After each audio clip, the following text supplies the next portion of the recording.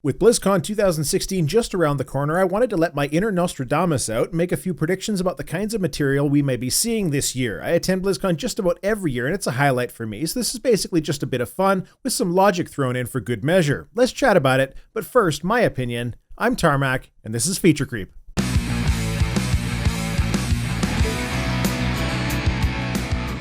We know that it's the 25th anniversary of Blizzard itself and the 20th anniversary of the Diablo franchise. This does mean that BlizzCon this year will be a big celebratory one, but doesn't in and of itself mean that there needs to be any particular kinds of announcement simply because business doesn't work that way. Either it's the right time to talk about something in production, or it's not. Just because it's the 20th anniversary of Diablo doesn't mean we're going to magically get a new playable game or anything along those lines.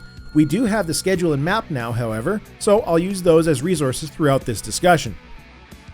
We'll start with the other franchises first. Hearthstone will have its next card expansion announced. Blizzard is between 4 and 5 months for launching expansions after the previous adventure goes live, and with the Karazhan Adventure Pack having just released in August, I think they're going to jump the shark a little bit and have the next card expansion live in November, just a few weeks after BlizzCon is over.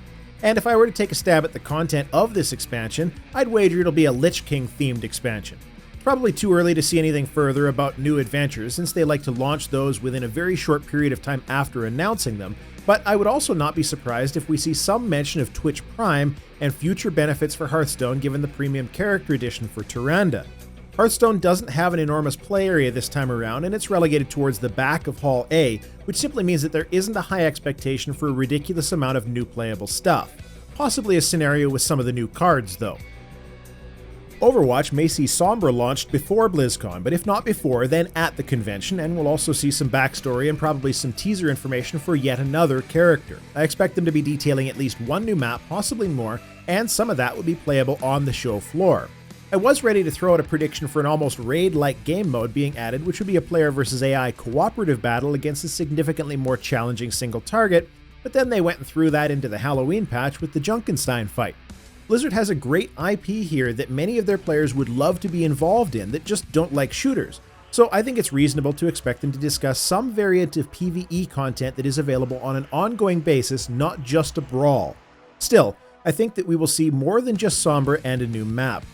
As an alternative to that, it's plausible to expect an asymmetrical multiplayer mode similar to Evolve with a 6-on-1 or some other kind of matchup. Overwatch does have a very large play area, but it needs to be big because the games are 6v6, so that's to be expected. The same is true for Heroes of the Storm, but we'll get there. Starcraft 2 will be a light showing this year. We're going to see more details about future microtransactions, such as the base announcers though. I think it's a good chance that we'll see which celebrity voice actors they've got coming down the pipe, and hell, just to throw a Hail Mary prediction, I think a video of Morgan Freeman in the voice booth recording lines would be kinda neat. Outside of these microtransactions, we'll see a reveal of the next side missions a la the Nova DLC that will be announced. They've already announced that Starcraft 2 will have a mystery goodie which will unlock early for BlizzCon attendees and virtual ticket buyers. I suspect the first mission will be free to those people and probably a week early. They might talk about the leaked Starcraft Hd Remaster, but I don't think it'll be playable. That leak was for some kind of September announcement too, which at this point isn't an item in its favor of credibility. And as you can see, StarCraft is getting the Diablo 2015 treatment this year, getting relegated to primarily a maintenance status in the back. World of Warcraft just got its Legion expansion, and 7.1 will hit the PTR before the con. A lot of it will be talking about that content with some future teasing. Outside of that, I'm not certain we're going to see much about WoW this year, though they will talk about a Diablo 20th anniversary event that will take place in the game based on some leaked D2 assets. It does have a reasonable sized playable area, and BlizzCon makes for a great opportunity to host the beginning of that event. Heroes of the Storm will have new characters shown off as per the norm, possibly with another Diablo themed map and character crossover. There'll quite likely be a Twitch Prime integration here as well.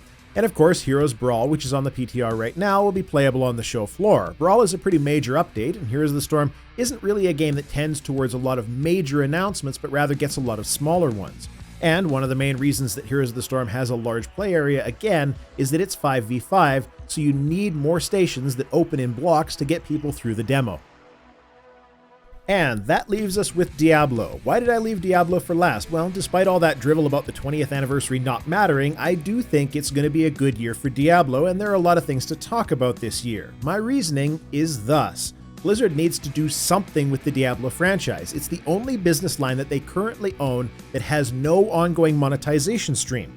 WoW has subscriptions in the digital store, Hearthstone has packs, regular expansions, and adventures. Heroes has microtransactions for characters and skins, Overwatch has loot boxes, Starcraft has microtransactions and DLC missions. None of those models really work with Diablo 3 in my opinion. The auction house was supposed to be the ongoing monetization and it crippled the game in the market, so it got removed. This changed the overall vision and market presence of the game. Back when Blizzard initially built Diablo 3 and we got that leaked product slate, they were planning 2 expansions. But those expansions were budgeted on the basis of the auction house. So what I think happened is that with the closure of the auction house, the expansion budget was no longer tenable. The first expansion was already done, so it got released, and the second one got scrapped. And what complete pieces there were got turned into patch content, which is why we've had such a good run of patch support for the game. Specifically, patch 2.3 with the Kanai Cube Seasons and Sescheron, and patch 2.4 with Grey Hollow, changes to Rifts, and something Blizzard will never let us forget, how great set dungeons are. Now, on the schedule, they flat out tell us what they're going to talk about with Diablo 3. A lot of people are just so grumpy that no open block of time exists for a major reveal like Overwatch that they missed it or ignored it, I'm not sure. The dev talk and Q&A on the Saturday includes a discussion on features and content of upcoming patches. So, one of the big Diablo items we're going to see is going to be patch 2.5.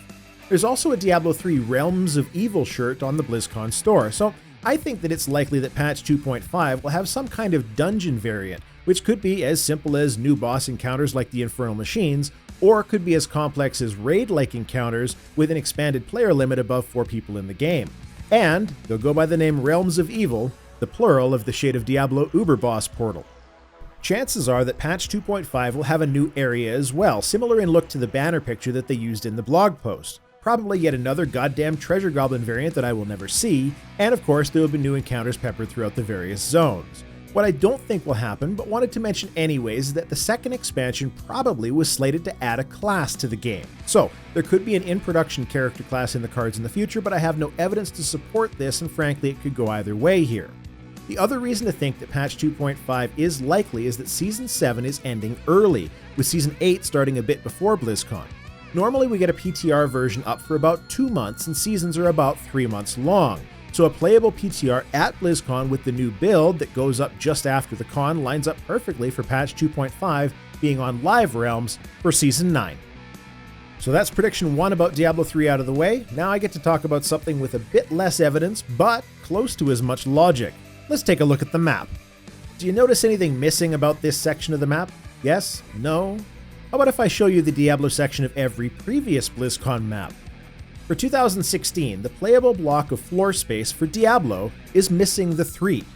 Now, let's be clear here, this map and everything else coming out from Blizzard about the con are marketing tools. Dropping the 3 from Diablo is not a mistake made by some intern, but a deliberate decision. So, there's the distinct possibility that we won't actually have a Diablo 3 PTR be the playable content, but instead an HD remaster of Diablo 1 or Diablo 2. My money is on Diablo 2 as the player base is much bigger than the first game. It's plausible to me that they will split the player area down the middle and have both, but I'm not too sure that it's big enough for that.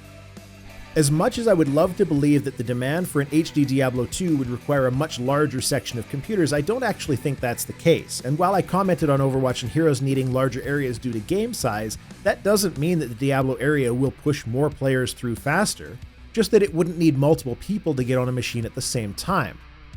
It's also worth mentioning that Diablo has both a main stage presentation on the Friday and premium placement on the floor, right in front of the bathroom so that we can do a side-by-side comparison of size, but also so that you will see those computers the moment you step inside the main hall. Though I do want to raise one little item that bugs me about the placement, especially given that Blizzard has changed maps for the day of in the past.